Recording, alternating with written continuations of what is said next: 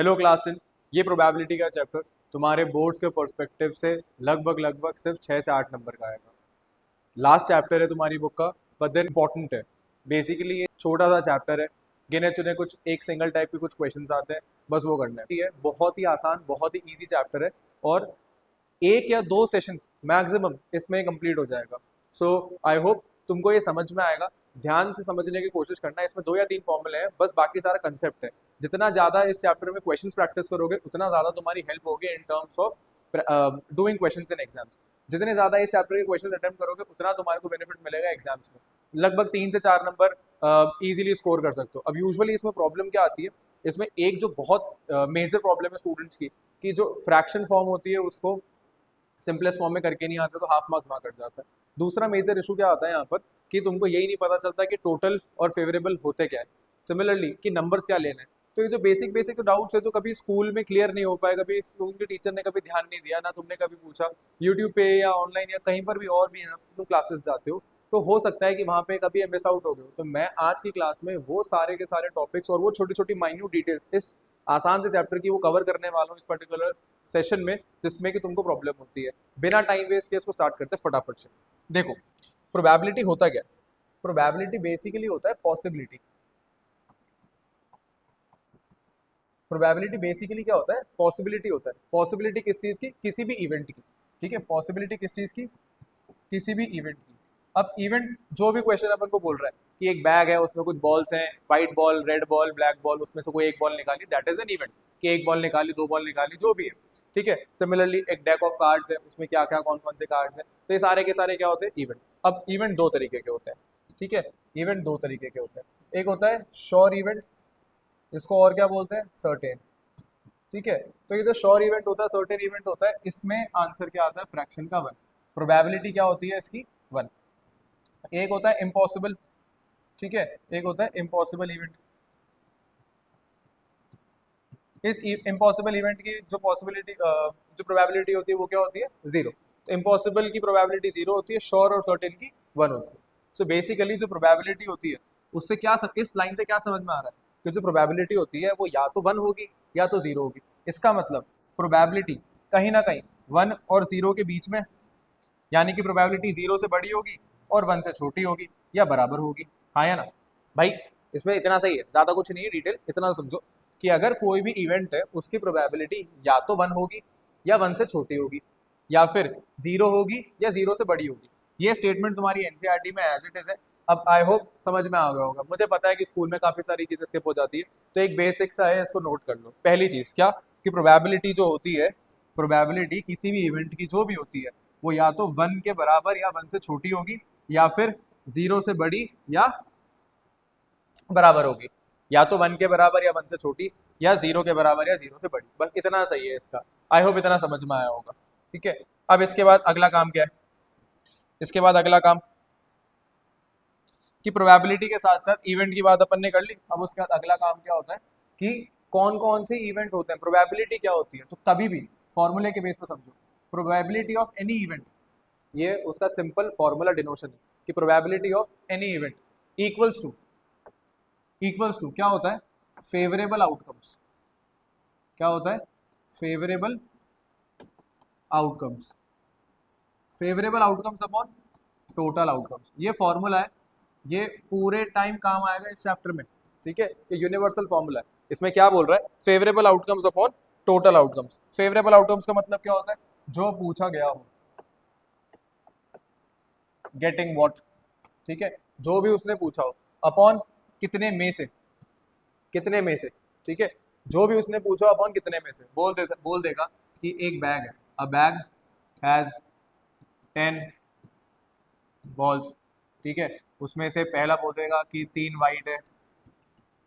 ठीक है, फिर उसके बाद दूसरे में दे देगा कि 4 ब्लू है और 3 रेड।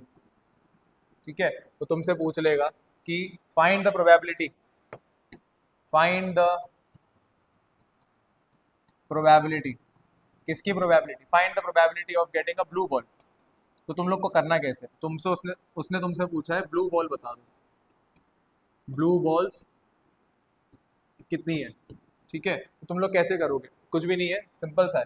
उसने तुमसे पूछा क्या, फाइंड द प्रोबेबिलिटी। इवेंट क्या है कि ब्लू बॉल्स कितनी है, तो यहाँ पे क्या लिखोगे, गेटिंग अ ब्लू बॉल, बस ये हो गया। अब तुम्हें फॉर्मूले में डालना है, फेवरेबल कितना, अब तुम देखो टोटल बॉल्स कितनी है, 3 + 4 + 3 यानी कि टोटल 10 बॉल्स है। उसमें से वो पूछ के तेरा फेवरेबल, फेवरेबल का मतलब क्या होता है, जो अपन से पूछा गया, उसने अपन से पूछा है ब्लू बॉल, अब ब्लू देखो कहाँ पर है, 4, तो ये हो गया 4 upon total number of outcomes है, टोटल आउटकम्स कितना, उस बैग में टोटल बॉल्स कितनी थी, 10, तो ये तुम्हारा आंसर। अब इसको सिंपलेस्ट फॉर्म में कर दो, इसको सिंपलेस्ट फॉर्म में करने के लिए क्या करना है, इसको 2 से कैंसिल कर दो तो ये हो जाएगा 2 5 अपॉन, बस ये हो गया तुम्हारा आंसर। अब बच्चे इतनी सी मिस्टेक के चक्कर में यहाँ पे उसको या तो सिंपलीफाई नहीं करके आते 2 मार्क्स कटवा लेते हैं, या फिर आधी बार क्या करते हैं, सिंपलीफाई गलत कर देते हैं। तो बस थोड़ा सा ध्यान रखना है, इस चैप्टर में मार्क्स कटते हैं सिर्फ और सिर्फ एक रीजन से, जल्दबाजी के चक्कर में, और कोई रीजन नहीं है, क्योंकि इतना सा फॉर्मूला है, ये एक formula through out the chapter काम आएगा, और उसमें भी गलती हो जाती है तो बहुत दुख होता है। तो ध्यान रखना कि ये चैप्टर इतना स्कोरिंग चैप्टर है, इतना बढ़िया चैप्टर है, तुम्हारे 6 से 8 नंबर फ्री के हैं इस चैप्टर के, ऑल्दो 5 से 6 नंबर का आता है, बट इसके बेसिस पे और भी तो सिंपलेस्ट फ्रैक्शंस और भी कुछ क्वेश्चन बन सकता है इस साल। पेपर्स हमेशा अनप्रेडिक्टेबल होते हैं, जो ये बोलते हैं ना वो आएगा, ये आएगा, ऐसा आएगा, उसमें मत घुसो। अच्छा सा अपना कंसेप्ट और फाउंडेशन अच्छी बिल्डअप करके जाओ, जिससे कुछ भी आएगा तुम्हें आएगा। दिस शुड बी योर मोटो, कुछ भी आए तुम्हें आना चाहिए, ठीक है। पेपर में तो बाकी कुछ आए ना आए जो भी है देखा जाएगा। आगे क्या बात होती है कि ये तो हो गया probability of an event. Not getting an event क्या होता है, ये बहुत चलता है कि नॉट गेटिंग एन इवेंट क्या है। तो देखो यहाँ पे अपन ने समझा कि गेटिंग एन इवेंट किससे डिनोट किया जाता है, गेटिंग एन इवेंट होता है पी ब्रैकेट ई, तो नहीं नॉट गेटिंग एन इवेंट किससे होगा, तो P not getting an event होता है ई बार से। इसका मतलब क्या होता है, इसी पूरे एग्जाम्पल में सिंपल सी बात कि ब्लू बॉल्स उसको चाहिए थी, वो हो गया इवेंट। अब अगर बात हो रही है कि नॉट गेटिंग एन इवेंट, इसका मतलब कि अब उसको ब्लू बॉल नहीं चाहिए, पूरे बैग में से उसको ब्लू बॉल नहीं चाहिए, यानी कि ये ब्लू बॉल उसको नहीं चाहिए। इसका मतलब उसको चाहिए क्या होगा, रेड बॉल और व्हाइट बॉल, है ना। वापस समझो, उसने ऐसा बोला कि जो भी उसका बैग है, उस बैग में जितनी भी बॉल है उसमें से उसको ब्लू बॉल नहीं चाहिए। इसका मतलब उसको कौन कौन सी बॉल चाहिए, व्हाइट बॉल और रेड बॉल। टोटल कितनी हो गई, 3 व्हाइट है और 3 रेड। इसका मतलब मैं अगर बोल दूं इस केस में not getting a blue ball, इसका मतलब क्या, इधर इसी को ही कंसिडर कर लो कि वही केस है, probability of not getting a blue ball, उसमें फेवरेबल आउटकम कितना, कि इसका मतलब ये है कि बैग में से ब्लू बॉल के अलावा जितनी भी है सारी कंसिडर कर लो।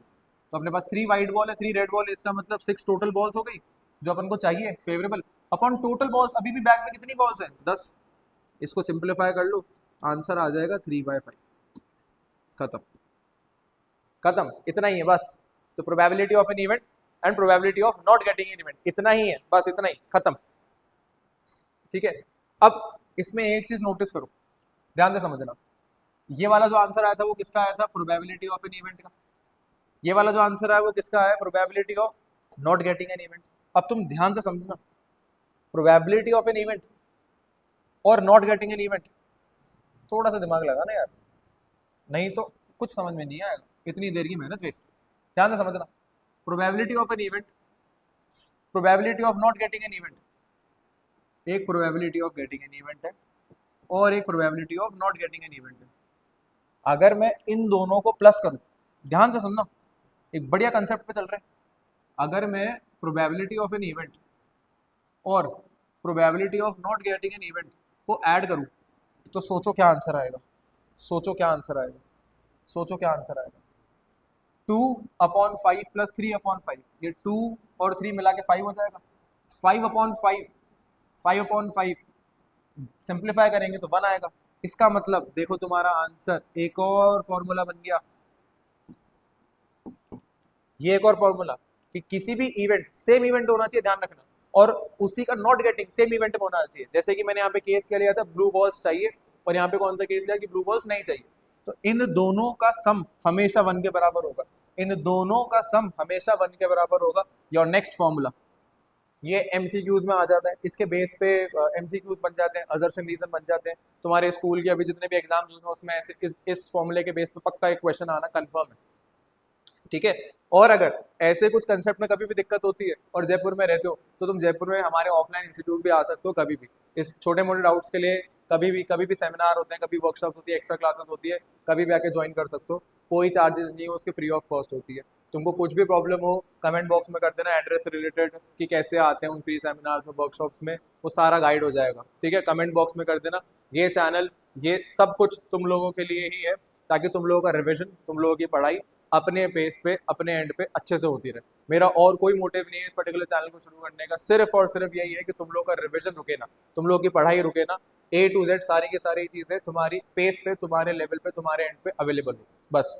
आई होप इतना समझ में आया होगा। अभी तक अपन ने बात करी है, देखो, अभी तक अपन ने एक इस फॉर्मूले की बात करी है, फिर उसके बाद एक अपन ने बात करी है इस फॉर्मूले की, दो ही फॉर्मूले की है।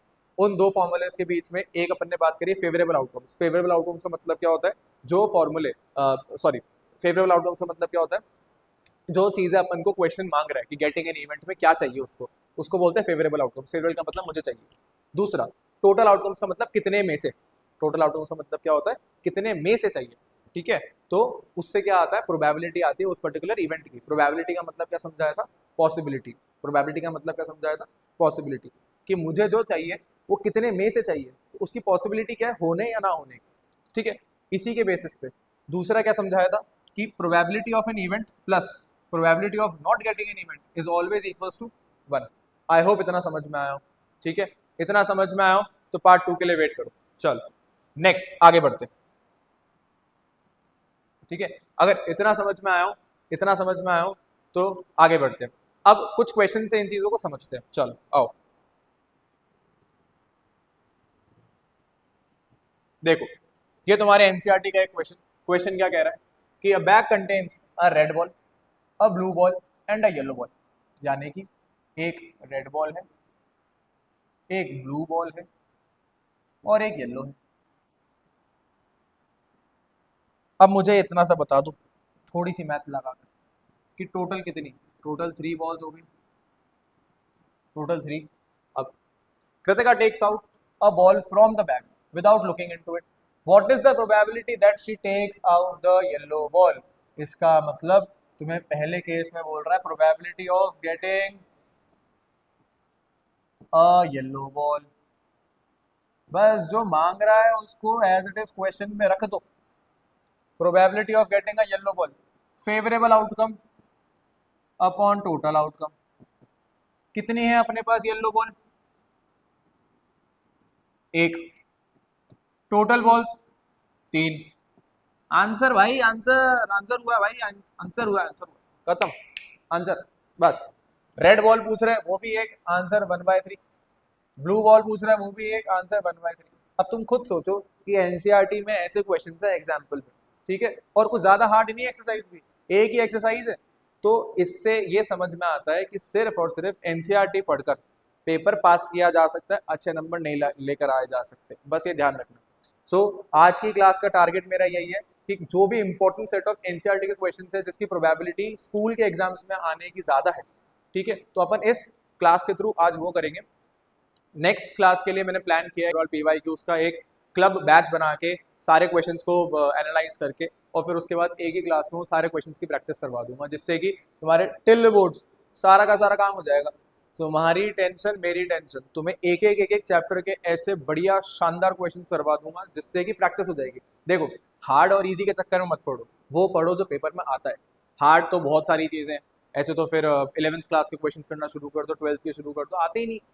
अननेसेसरी अपने आप को लोड मत दो, इससे बढ़िया वो एफिशिएंसी साइंस में लगाओ, साइंस में अच्छे लेवल के क्वेश्चंस आते हैं, बहुत डिटेल में, बहुत डेप्थ में आते हैं। आई होप इतना समझ में आया हो। चलो आगे बात करते हैं। नेक्स्ट क्वेश्चन, नेक्स्ट क्वेश्चन में क्या बोल रहा है, नेक्स्ट क्वेश्चन में बोल रहा है अ box contains 2 blue 2 white, sorry 3 blue 2 white and 4 red marbles.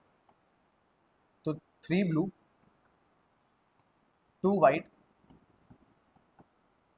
And 4 red सारे मार्बल्स हैं। टोटल बता दो, 3 + 2 5, 5 और 4 टोटल 9 हो गए, ठीक है। अब उसने क्या मांगा, if a marble is drawn at random from the box, भाई same language, what is the probability that it will be white? तो पहला पूछ रहा है probability of getting a white marble.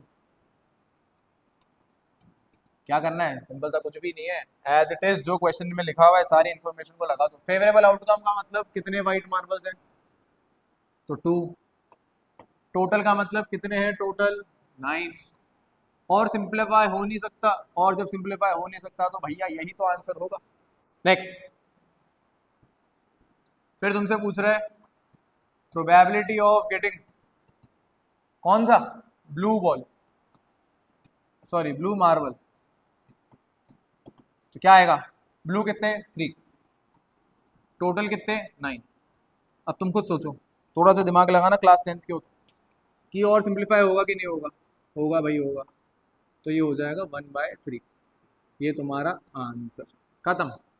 Red का तुम लोग खुद सोचो क्या होगा, ठीक है, रेड का तुम लोग खुद सोचो, 1 सेकंड लो, रेड का खुद सोचो, आंसर लिखो, आंसर लिखो फटाफट फटाफट, टाइम मत वेस्ट करो। कॉपी पेन मुझे पता नहीं लेके बैठे होगे, बट देन ट्राई करो कॉपी पेन लेके बैठो अगली बारी से, ठीक है। बढ़िया बढ़िया क्वेश्चन करेंगे, तुम टेंशन मत लो, इतनी सॉलिड तैयारी होगी ना, 1 नंबर, बढ़िया मजा आएगा। रेड का आंसर बताओ कितना आ रहा है, रेड का आंसर आ रहा होगा 4/9। अगर रेड का आंसर 4/9 आ रहा है तो आगे बढ़ जाओ, चलो next. Harpreet tosses 2 different coins. चलो इससे एक चीज समझाता हूँ, कॉइन्स का केस समझ लो। प्रोबेबिलिटी में तुम्हारे कुछ केसेस, फॉर एग्जांपल कॉइन का एक केस है, एक डाइस का केस है, और फिर उसके बाद एक कार्ड्स का। ये 3 मेजर हेडिंग्स बहुत इंपॉर्टेंट है। कॉइन्स का केस है, टाइप है उसमें काफ़ी, फिर उसके बाद दूसरा है डाइस का, उसमें 1 डाइस और 2 डाइस, और फिर है कार्ड्स जिसमें 52 वो डेक ऑफ कार्ड्स वो सब समझा रखा है, ठीक है। आओ एक एक करके इनको समझो। हरप्रीत ने टॉस किए 2 डिफरेंट पॉइंट्स साइमल्टेनियसली। अब 2 तक तो तब पहुंचेंगे ना जब 1 पता हो, तो पहले 1 का समझते हैं। इफ 1 कॉइन इज टॉस्ड, जब अपन ने अगर एक ही सिक्का उछाला तो क्या क्या पॉसिबिलिटीज आ सकती है। ध्यान से, अभी देखो आईपीएल का सीजन वैसे ही चल रहा है, पता तो होगा ही तुम्हें, या तो टेल्स होगा या तो हेड्स होगा।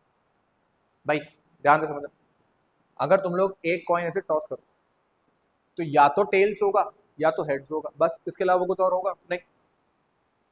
Similarly if 2 coins are tossed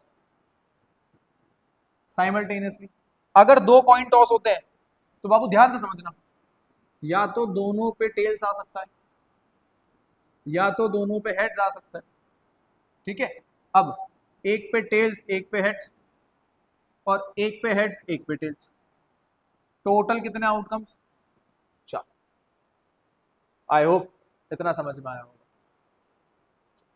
अगर एक कॉइन टॉस कर रहा है तो 2 आउटकम, अगर 2 कॉइन टॉस कर रहा है तो 4 आउटकम। सर अगर 3 कर रहा है तो 3 का भी केस होता है भाई, हर एक का केस होता है। इफ 3 coins आर टॉस्ड, अगर 3 कॉइन टॉस कर रहा है तो देखो इसको कैसे करोगे, जब 3 कॉइन टॉस करता है तो टोटल आउटकम्स आने चाहिए 8। ये याद कर लेना, समझा भी दूंगा, इसका फॉर्मूला भी होता है, कई जगह तुमने पढ़ भी रखा होगा, ध्यान से समझो। हो सकता है कि तीनों में टेल्स आ जाए, ठीक है, हो सकता है 2 में टेल्स आए 1 में हेड्स आए, हो सकता है कि 2 में हेड्स आए 1 में टेल्स आए, होने को ये भी हो सकता है कि 1 टेल्स 1 हेड्स 1 टेल्स, फिर तीनों में हेड्स आ जाए, ठीक है, 2 में हेड्स 1 में टेल्स, फिर और क्या बन सकता है, हेड्स टेल्स हेड्स, और क्या बन सकता है, हेड्स टेल्स हेड्स हेड्स हो गया, एक और कौन सा बन सकता है,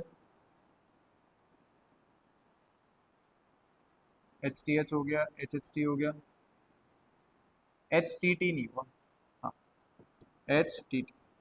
तो ये कुछ 8 कॉम्बिनेशन बनते हैं, तुम चेक कर लेना, एक भी रिपीट नहीं हो रहा है, सारे के सारे एक फिक्स पैटर्न है, उसी के बेसिस पे हो रहा है, ठीक है। सो अगर अपन एक कॉइन टॉस कर रहे हैं तो 2 आउटकम, अगर 2 कॉइन एक साथ टॉस हो रहे हैं तो टोटल 4 आउटकम्स, अगर 3 कॉइन एक साथ टॉस हो रहे हैं तो टोटल 8 आउटकम्स। ठीक है, ये रहे 8 आउटकम्स।